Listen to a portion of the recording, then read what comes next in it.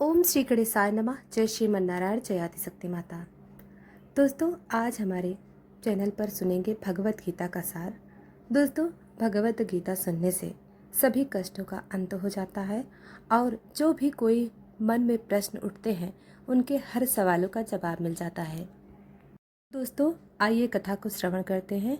दोस्तों, कथा से सुनने से पहले आप वीडियो को लाइक और चैनल को सब्सक्राइब कर लें और घंटी को ज़रूर दबाएं ताकि हम जो भी भक्ति वीडियो डालें आप तक ज़रूर पहुँचे।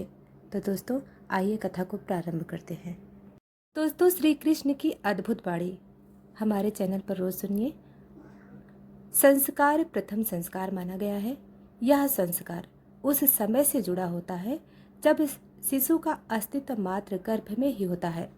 यह न केवल भावी संतान के लिए शारीरिक, मानसिक, बौद्धिक विकास की नींव रखता है, बल्कि भावी पीढ़ी को श्रेष्ठ, संस्कारी और तेजस्वी बनाने का माध्यम भी बनता है। आर्य मुनियों का काल ही गर्भ संस्कार को अत्यंत महत्व दिया गया है। पौराणिक ग्रंथों में अनेक उदाहरण मिलते हैं।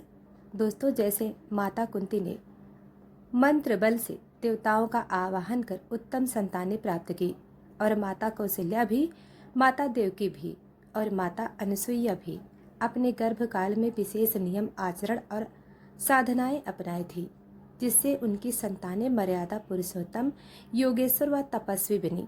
दोस्तों, महाभारत में वीर अभिमन्यु का चक्रव्यूह भेदना करना एक अनुपम उदाहरण है। जब अर्जुन सुभद्रा को चक्रव्यूह तोड़ने की विधि समझा रहे थे, तब गर्भ में स्थित अभिमन्यु ने उन्हें सुना और वही ज्ञान आगे युद्ध में काम आया। दोस्तों, मार्कंडेय पुराण में सती मदालसा का वर्णन आता है, जो अपनी संतान के गुण, कर्म और स्वभाव को पहले ही निर्धारित कर देती हैं। वे अपने गर्भ अवस्था शिशु को दिव्य संस्कारों से भर देती हैं, जिससे उसकी संतानें वैसे ही बनती हैं जैसे वे चाहती थी। विष्णु पुराण में प्रहलाद का उल्लेख मिलता है, जो राक्षस कुल में जन्मे, लेकिन उनकी मां गर्भावस्था में देवर्षि नारद के आश्रम में रही और विष्णु भक्ति का श्रवण किया। परिणाम स्वरूप प्रहलाद बचपन से ही विष्णु के अनन्य भक्त बन गए और अधर्म का विरोध किया। इसलिए गर्भावस्था के समय माता पिता को प्रेम, आनंद और करुणा श्रद्धा से भरे विचारों का चिंतन करना चाहिए। दोस्तों, रामायण, भगवत गीता, गर्भोपनिषद और गर्भ गीता आदि का श्रवण करना चाहिए। आपकी जानकारी के लिए दोस्तों बता दें कि हमारे चैनल पर गर्भ संस्कार से जुड़ी अनेक कथाएं मिलेंगी, जो संतान के जीवन को सुखमय और आध्यात्मिक बना सकती हैं। दोस्तों, इसलिए चैनल को सब्सक्राइब अवश्य करें। गीता का पाठ करना या सुनना गर्भवती महिला के लिए अति उत्तम माना जाता है। आज इस वीडियो में हम गर्भ गीता के साथ ही गर्भावस्था में सुनी जाने वाली दो अत्यंत प्रेरणादायक पौराणिक कथा सुनाने जा रही हूँ। इसके लिए गर्भावस्थी स्त्री का एक शांत स्थान पर बैठकर मन शांत से इसका श्रवण करना चाहिए। दोस्तों, आपसे यह अनुरोध है, आपको यह वीडियो ऐसे समय पर सुनना चाहिए जब किसी भी प्रकार का कोई भी विघ्न न हो। दोस्तों, गर्भ गीता और दिव्य महापुरुषों की कथाओं के बीच में रोकना न पड़े, क्योंकि आधा अधूरा ज्ञान हमारे किसी काम का नहीं होता। जैसे अर्जुन सुभद्रा को चक्रव्यूह तोड़ने की विधि समझा रहे थे, तब सुभद्रा के गर्भ में स्थित अभिमन्यु भी उसे सुन रहा था, लेकिन बीच में सुभद्रा को नींद आ गई। वह केवल चक्रव्यूह को तोड़कर उसमें प्रवेश करने की विधि ही सुन पाई, जबकि वह चक्रव्यूह को फिर से तोड़कर उससे बाहर आने की विधि को सुना ही नहीं। इसी का परिणाम यह हुआ कि अभिमन्यु को सिर्फ चक्रव्यूह में प्रवेश करने का ज्ञान मिला, उसे बाहर कैसे आना है यह चक्रव्यूह से अभिमन्यु को नहीं जान सका। जब महाभारत का युद्ध हुआ, तब वीर अभिमन्यु ने चक्रव्यूह को तोड़कर शत्रुओं का वीरता से मुकाबला किया, लेकिन अधूरे ज्ञान की वजह से वह चक्रव्यूह से बाहर नहीं आ सका, अपने प्राणों की रक्षा नहीं कर सका और वीर गति को प्राप्त हो गया। इसलिए आप गर्भ गीता और पौराणिक कथा के ज्ञान को पूरा अवश्य सुने। दोस्तों, आप अपने दोनों हाथों को अपने गर्भ पर कोमलता से रखें, आंखें बंद करके लंबी गहरी सांस लें और मुस्कुराकर कोमल आवाज में अपने गर्भ में पल रही अपनी संतान से कहें, दोस्तों, मेरे बच्चे, मैं तुम्हें आज गर्भ गीता और दिव्य महापुरुषों की बहुत ही प्रेरणादायक कथा श्रवण करती हूँ, तो जिसे सुनकर तुम्हें सकारात्मक, सात्विक और दिव्य शक्ति का अनुभव होगा। तो दोस्तों, शारीरिक, मानसिक, चारित्रिक और आध्यात्मिक विकास उत्तम रूप से होगा और तुम बहुत ही बुद्धिमान, स्वस्थ, चरित्रवान, संस्कारी और बलवान बनोगे। तो प्रेम से बोलिए जय श्रीमन नारायण। आइए सबसे पहले गीता का पाठ श्रद्धा पूर्वक प्रारंभ करें। दोस्तों, गर्भ संस्कार में गर्भ गीता का श्रवण का विशेष महत्व है। गर्भ गीता बहुत ही अनोखी पाठ है। श्रीमद् भगवद गीता में 18वें अध्याय, जिसमें कि कुल 700 श्लोक है, और गर्भ श्रीमद् भगवद गीता का एक भाग है। जिस प्रकार मंदिर के गर्भ में भगवान निवास करते हैं, उसी प्रकार भगवद गीता में मुख्य ज्ञान गर्भ गीता में समाया है। गर्भ गीता में जीव के जन्म और मृत्यु का संपूर्ण समाहित है। अपने परम कल्याण के लिए हर मनुष्य का इसका श्रवण अवश्य करना चाहिए। एक ग्रंथ नहीं, बल्कि यह जीवन के गुण रहस्यों को प्रकट करने वाला दिव्य प्रकाश है। दोस्तों, जन्म मरण के बंधनों से मुक्त कर मोक्ष के पथ पर अग्रसर करता है। भगवान श्री कृष्ण कहते हैं, जो भी श्रद्धा और भक्ति से गर्भ गीता का मनन करता है, वह इस संसार के बंधनों से मुक्त होकर परम शांति को प्राप्त करता है। वह ग्रंथ केवल आत्मशुद्धि का मार्ग नहीं दिखाता, बल्कि गर्भ माताओं के लिए अमृत के समान लाभकारी है। गर्भ गीता में श्री कृष्ण अर्जुन को बताते हैं कि जब एक आत्मा माँ के गर्भ में आती है, तो मांस, मज्जा और रक्त के बीच में खिरी होती है। छठे महीने में जब वह पूरी तरह विकसित होने लगती है, बढ़ने लगती है, तो उसे भारी कष्ट सहना पड़ता है। उस समय आत्मा सोचती है, हे प्रभु, मैंने ऐसा कौन सा धर्म किया था जो मुझे इस अंधकारमय और पीड़ादायक स्थान पर रहना पड़ रहा है।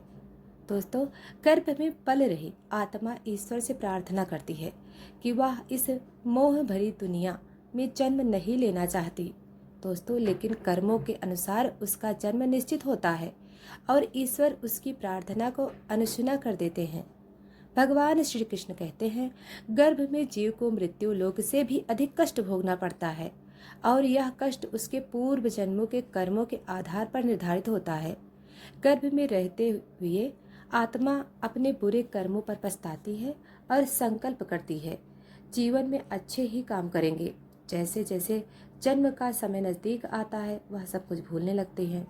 जन्म लेने के बाद उसे अपने पूर्व जन्मों की कोई स्मृति नहीं रहती, कुछ भी याद नहीं रहता। वह फिर से इस भौतिक, इस मोह माया संसार में बंध जाती है। और गर्भ गीता केवल एक शास्त्र नहीं, बल्कि मानव जीवन का तर्पण, कल्याणमयी कथा है। हमें यह समझने में मदद करती है कि हमारे कर्म ही हमारे भविष्य का निर्माण करते हैं, आत्मज्ञान की ओर ले जाता है और हमारे जीवन के सच्चे अर्थों से सार्थक बनाता है।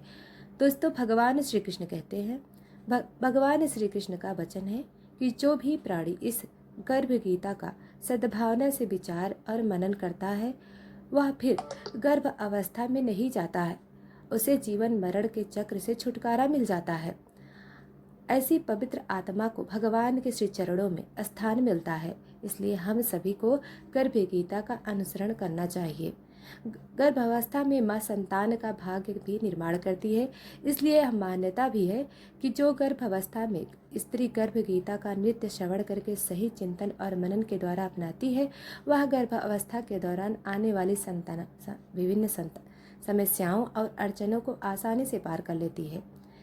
उसका गर्भस्थ शिशु श्रेष्ठ बुद्धि, श्रेष्ठ आचरण और शुभ संस्कार ग्रहण करता है। जन्म के बाद वह आदर्श जीवन व्यतीत करता है। इस प्रकार गर्भावस्था के दौरान गर्भ गीता को रोज पढ़ने या सुनने से एक श्रेष्ठ संस्कारी संतान जन्म लेती है।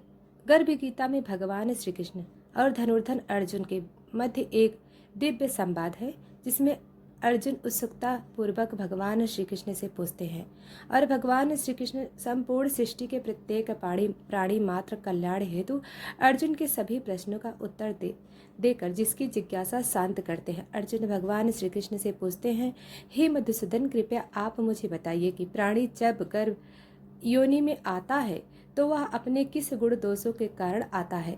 प्राणी जन्म से पहले गर्भ में कष्ट पाता है और जन्म के समय भी असहनीय पीड़ा होती है।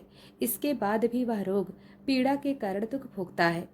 उसे बुढ़ापे में अनेक रोग घेर लेते हैं, उसकी मृत्यु हो जाती है। हे भगवान, आप कृपा करके मुझे यह बताइए, वह कौन से कार्य है जिससे मनुष्य जन्म मृत्यु के दुखों से बच सकता है। यह सुनकर भगवान श्री कृष्ण बोले और मुस्कुराए, श्रेष्ठ धनुर्धारी अर्जुन, जन्म मृत्यु का बंधन तो उन प्राणियों में नियत है जो संसार में क्रियान्वित रहते हैं।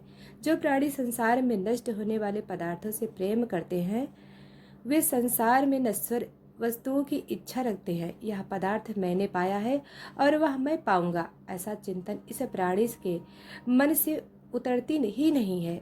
आठों प्रहर वह माया को ही मांगता है। इस मृत्यु लोक में जन्म लेने के पश्चात प्रत्येक जीवात्मा इस संसार की माया से प्रेरित होकर भौतिक संसाधनों के बंधनों से बंध जाती है। वह अपना मुख्य उद्देश्य जो कि मात्र ईश्वर के प्रति है, उसे भूलकर परिवार, पुत्र पुत्री, सगे संबंधियों आदि के मुंह में फंसकर रह जाती है।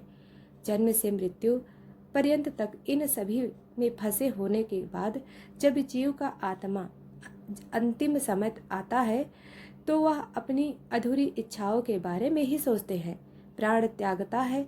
ऐसा इस कारण होता है कि मानव जाति कभी संतुष्ट नहीं होती, उसे सदैव कुछ और की चाहत बनी ही रहती है। यही कारण है कि मनुष्य बार बार जन्म लेता है और मरता ही रहता है तथा यह चक्र निरंतर चलता ही रहता है। मनुष्य संसार की दौलत पाने की तो कामना करता है, परंतु भगवान की भक्ति से विमुख हो जाता है। इसलिए वह बार बार अनेक योनि में पैदा होता है और जीवन मरण और गर्भ के दुख को भोगता है। दोस्तों, अर्जुन पूछते हैं, हे माधव, संसार की मोह माया से मुक्ति पाना तो बहुत कठिन है। बड़े बड़े आर्य मुनि भी इससे पार नहीं पा सकते, तो साधारण मनुष्य की बात ही क्या है। काम, क्रोध, लोभ, मोह और अहंकार 5 ऐसे शत्रु हैं जिससे मानव भी दिन भर जूझता रहता है। कृपया करके यह बताइए कि साधारण मनुष्य इनसे छुटकारा पाकर अपना मन किस प्रकार प्रभु की ओर मोड़ सकता है। दोस्तों, क्योंकि यह मन तो मदमस्त हाथी की भांति है जो कभी टिक कर नहीं रहता। इसकी गति वायु के वेग से अधिक तीव्र है। जनार्दन, इस मदमस्त हाथी को कैसे बस में किया जाए, अर्थात मनुष्य को कौन से प्रयत्न करने चाहिए जिनसे मन को भक्ति में लगाया जा सके। दोस्तों, भगवान श्री कृष्ण कहते हैं, कौन्तेय, यह मन निश्चित ही हाथी की भांति है और तृषा इसकी शक्ति है। मन इंद्रियों के बस में रहता है। जिस प्रकार मदमस्त हाथी को बस में करने के लिए महावत अंकुश का प्रयोग होता है, उसी प्रकार मन को काबू करने के लिए ज्ञान रूपी अंकुश का प्रयोग आवश्यक है। भक्ति और ज्ञान का अभ्यास करने पर ही प्राप्त होते हैं। अहंकार करने से जीवन नरक के समान हो जाता है। उसका मन सदैव व्याकुल ही रहता है तथा कभी भी शांत नहीं होता। अर्जुन ने पूछा, हे मधुसूदन, कुछ प्राणी तो आपकी भक्ति करने के लिए वन के जंगलों में जाकर रमते हैं और कुछ सांसारिक मोह माया छोड़कर जगह जगह भटकते फिरते हैं। अतः हे प्रभु, इस बारे में मैं कैसे पता चले कि आपकी भक्ति किस प्रकार प्राप्त हो सकती है। भगवान श्री कृष्ण कहते हैं, अर्जुन, बाणी मुझे खोजने के लिए जंगलों में फिरते हैं, वे सन्यासी व बैरागी कहलाते हैं। वे सिर पर जटा बांधते हैं तो भस्म लगाते हैं, लेकिन फिर भी वे मेरे दर्शन नहीं कर पाते, क्योंकि उनमें भक्ति व प्रेम नहीं है। वे अहंकार में डूबे हुए हैं। तप या वैराग्य का अहम तो मेरी भक्ति पाने में है बाधा डालता है। शुद्ध मन से भक्ति करने वाले सतत अभ्यासी जो काम, क्रोध, मोह, लोभ और अहंकार से परे होते हैं, उन्हें ही मैं दर्शन देता हूँ। अर्जुन पूछते हैं, अर्जुन ने कहा, हे मधुसूदन, मनुष्य इन 5 विकारों से ग्रस्त होकर अपने सांसारिक जीवन को नष्ट कर लेता है। हे माधव, वह कौन सा पाप है जिसके कारण किसी की पत्नी की मृत्यु अल्प आयु में ही हो जाती है, पिता के जीवित रहते पुत्र की मृत्यु हो जाती है, और किस पाप के कारण व्यक्ति नपुंसक हो जाता है। तब भगवान श्री कृष्ण कहते हैं, अर्जुन, जो व्यक्ति किसी से कर्ज लेकर उसे चुकाता नहीं, वह इस पाप कर्म से अपनी पत्नी को खो देता है। उसी प्रकार जो किसी की अमानत को नहीं लौटाता उसके पुत्र मर जाते हैं। जो किसी व्यक्ति को सहायता करने का वचन देकर भी समय पर उसकी सहायता नहीं करता वह भी नपुंसक हो जाता है। यह सभी बड़े भयंकर पाप है। अर्जुन ने फिर भी पूछा, हे कृपानिधान, मनुष्य किस पाप के कारण हमेशा रोगी रहता है और किस पाप के कारण बोझा ढोने वाले गधे का जन्म पाता है। दोस्तों, स्त्री तथा गधे का जन्म प्राणी को किस प्रकार कर्म कारण मिलता है, मनुष्य किस कुकर्म फल स्वरूप जघन्य पशु बनता है। भगवान श्री कृष्ण कहते हैं, हे धनुर्धारी, जो मनुष्य कन्या अथवा स्त्री को बेचने का कार्य करता है अथवा जो कन्या दान करता है और इस कन्यादान का मूल्य लेता है, वह हमेशा भयंकर रोगों से पीड़ित रहता है। जो अभक्ष भोजन करता है और विषय विकार के लिए मदिरा पान करता है, वह दूसरों को प्रताड़ित करता है, वह गधे का जन्म ही पाता है। जो झूठी गवाही देने वाला होता है, वह भाग्यहीन स्त्री का जन्म पाता है। जो भोजन बनाकर पहले स्वयं खा लेता है, बाद में भगवान को दान करता है, भोग लगाता है, वह बिल्ली या सुअर की योनि में जन्म लेता है। हे अर्जुन, अर्जुन पूछते हैं, हे भगवान, हे कृपानिधान, इस संसार में जिन प्राणियों को आपने स्वर्ण दिया है उन्होंने कौन सा पुण्य किया है, और जिन प्राणियों को आपने धन धान्य प्रदान किया है और उत्तम वाहन दिए हैं उन्होंने कौन से पुण्य कर्म किए हैं। इस संसार में आपने किसी को इतना सुंदर बनाया, किसी को इतना कुरूप, किसी को इतना धनवान बनाया, किसी को निर्धन क्यों है। भगवान श्री कृष्ण कहते हैं, हे धनंजय, जो रीति उत्तम नीति से किसी सुपात्र को स्वर्ण दान करता है वह उत्तम वाहन और धन धान्य को प्राप्त करता है। जो भगवान को साक्षी मानकर कन्या दान करते हैं वह उत्तम पुरुष का जन्म पाते हैं। हे अर्जुन, जिन प्राणियों के अन्न दान किया है उनका सुंदर स्वरूप सुंदर होता है, और जिन्होंने विद्या दान किया है वे विद्वान होते हैं। संतों की सेवा करते हैं वे धनवान पुत्र पुत्रवान होते हैं। अर्जुन पूछते हैं, हे मधुसूदन, मनुष्य धन और सांसारिक सुखों के प्रति इतना मोह क्यों रखता है। भगवान श्री कृष्ण कहते हैं, जब प्राणी मेरी कृपा से वंचित हो जाता है तब वह सांसारिक बंधनों के मोह में आसक्त हो जाता है। वह धन दौलत आदि से मोह करने लगता है। संसार के समस्त बंधन नाशवान है। यह जानकारी विवेकी प्राणी इनसे दूर रहता है। वह जानता है कि लाभ हानि जीवन मरण यश अपयश और मान सम्मान सभी कुछ ईश्वर के अधीन है। संसार के घटने वाली प्रत्येक घटना परमात्मा की इच्छा से घटित होती है। यही कारण है कि विवेकी जन दुख या सुख चाहे कैसी भी स्थिति हो समान भाव से रहते हैं। जो व्यक्ति सांसारिक मोह त्याग कर पवित्र स्थलों के दर्शन करके मेरी निष्काम भक्ति करता है वह राजा के समान सुख को ज्ञान प्राप्त करता है। इस संसार में सभी वस्तुएं नश्वर हैं, केवल मेरी भक्ति ऐसी है जिसकी कभी भी नाश नहीं होता।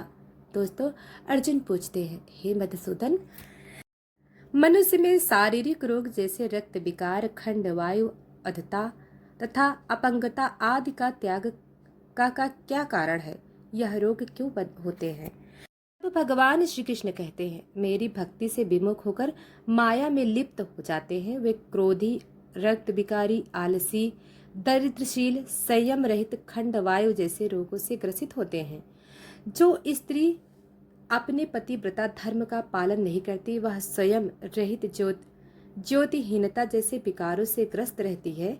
अर्जुन पूछते हैं, हे मधुसूदन, कृपा करके गुरु दीक्षा के बारे में बताने की कृपा करें। गुरु की महिमा के बारे में बताएं।